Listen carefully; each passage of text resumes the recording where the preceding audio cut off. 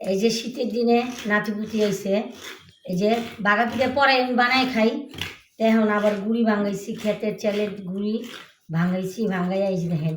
এখন আমি এমনি বানাইছি একচুটি, নাতিপুতি খাইতেছে। এখন আউলা জাউলা করে বানাবো।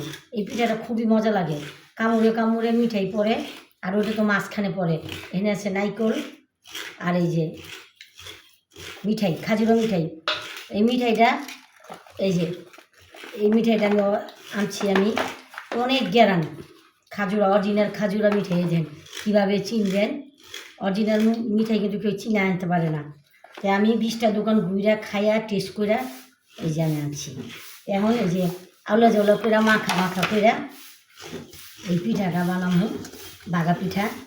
সাথে থাকেন। এরকম করে নাতিপুতি এলে, মেয়ে জামাই এলে, মেয়ে এলে আপনারা খাওয়াইবেন। শীতের দিন তো খাইয়া লইয়া কামাই জিজ্ঞাসা জামাই। আশা করি সবাই ভালো থাকেন, সুস্থ থাকেন। আল্লাহ হাফেজ।